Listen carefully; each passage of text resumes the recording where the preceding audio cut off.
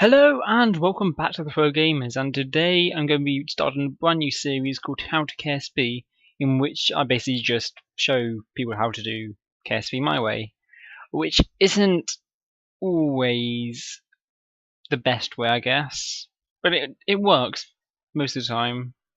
So in this episode I'm going to be showing you how to get into orbit. This is generally what most people do unless they're very beginners, in which case they'll basically just take off, and then once they're at 70 or so kilometers, then they'll start to make their surface velocity increase.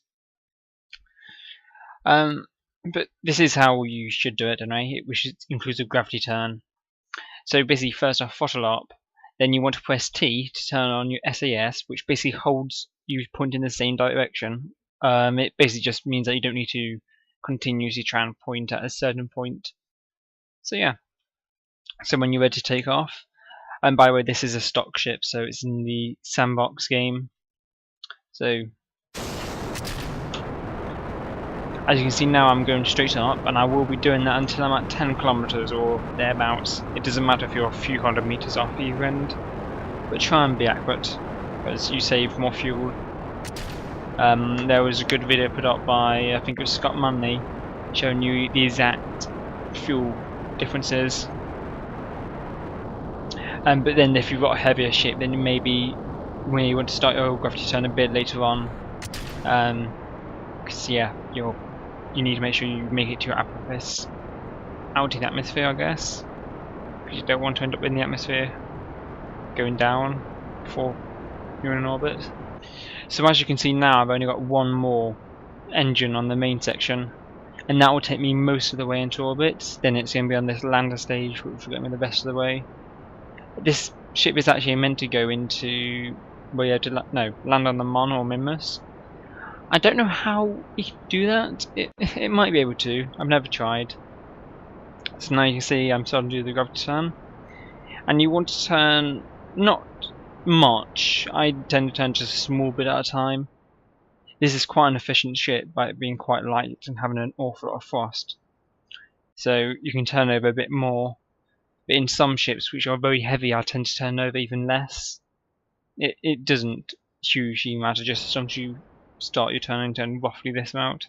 So now I'm starting to turn over a bit more as I've got to 50 kilometers high for my apparatus. And I'll stop burning when it gets to about 70, and I've gone a bit too far. And there we go, stop burning. Now, what I do here is I normally time warp, and well, this is physical warp. Time warp is where physics stop and stuff. I'm going to be going until I'm roughly there in the orbit.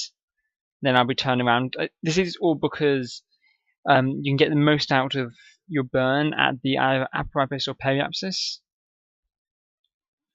So yeah, that's why I wait there, and then just start burning again once you're pointing along the horizon. And now you can see my surface velocity is increasing an awful lot more.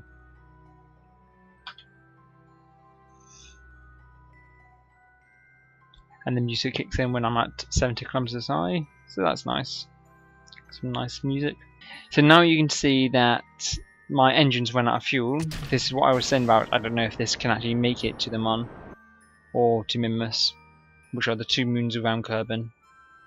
I'll show you in a bit. Well, I could actually just go out. But there you are, Minmus and the Mon. Minmus is really fun because it has low gravity. That'll be in a later video.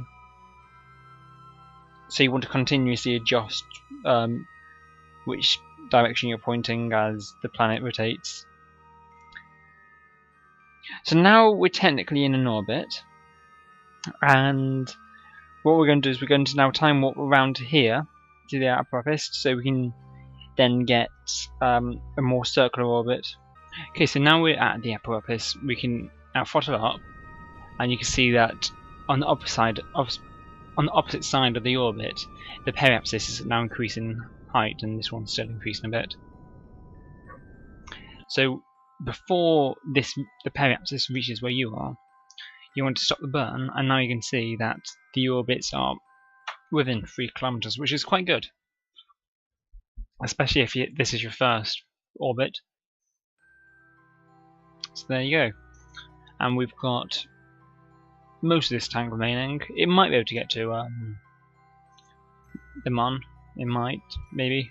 I don't know. So now if you decide, oh, I'm in an orbit, I want to get out of the orbit, what you need to do is this can be done on any side of the orbit, it doesn't really matter. But you can see that on our descending node has these lines which go into the circle. On the other side it's got a circle with 3 points in it. It looks more like a plane with wings and tail, I think, anyway. Yep. So you want to point there, and then on the descending node, and you just want to throttle up, and you can immediately see the orbit's changing. You want to burn until this is about 30 odd kilometers, as then the atmosphere will kick in, and you would land anyway. Okay. And you also, at this point, you won't need to have the engine, so you can just leave that. If that's separate or connected, it doesn't matter. You do need parachutes for landing though. So the reason why I'm decelerating in order to land is because it's a lot more efficient than burning towards the planet, which is faster, and in case of emergency you would want to burn towards the planet. But you'll use an awful lot more fuel, as you're basically making it seem like you came from a lower point, I think, in a lower point in your orbit, and that uses up a load of fuel, I think. It's along them lines. I don't know the science behind it. I perhaps should learn.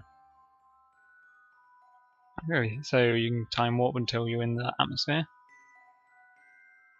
which starts at around, I think, 69 kilometers.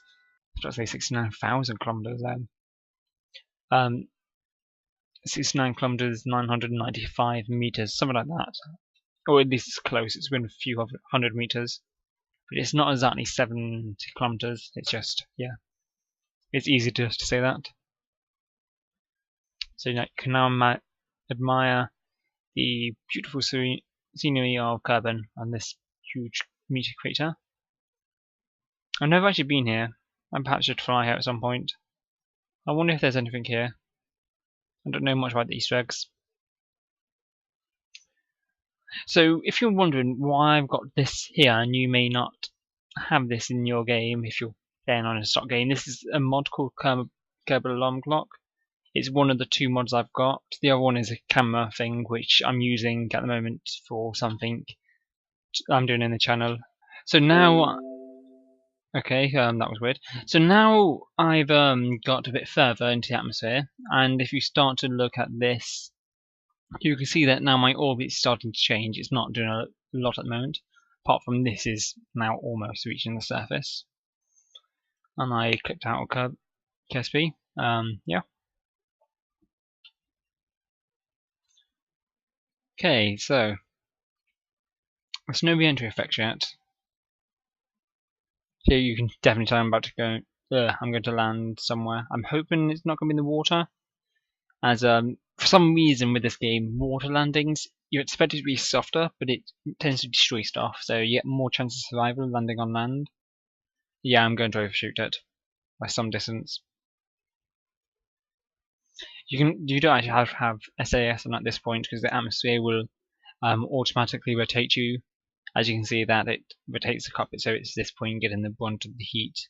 Even though heat at the moment doesn't do anything in the game, it may be added in later on. Or heating effect anyway, sort of burning up, death, explosions. There's my other bit of, that's the engine main thing that I separated from in space when I was in orbit. So that I think has probably got less air resistance or something like that. So yeah, that's far away.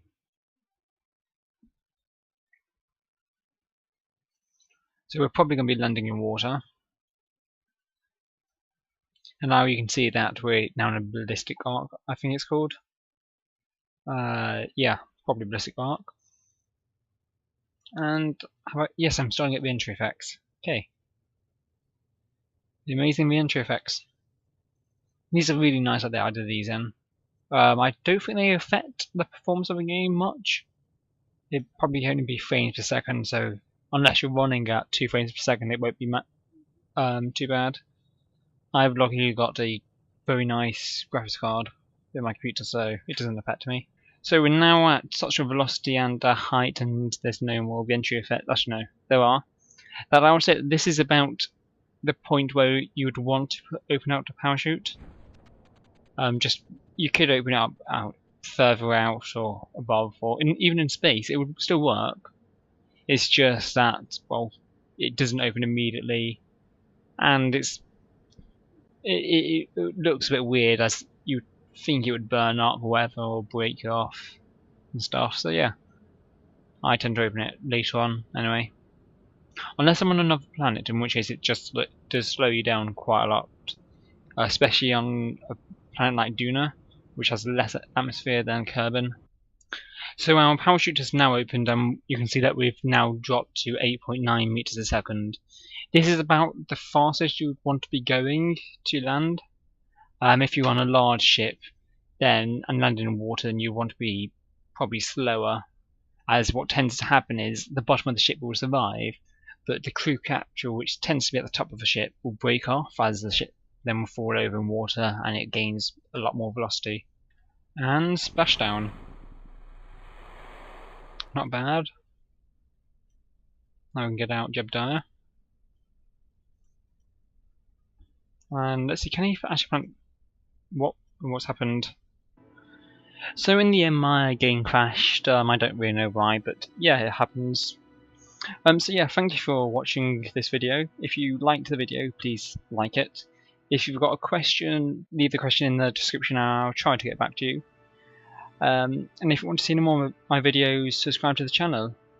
So yeah, thank you for watching and see you next time. Goodbye.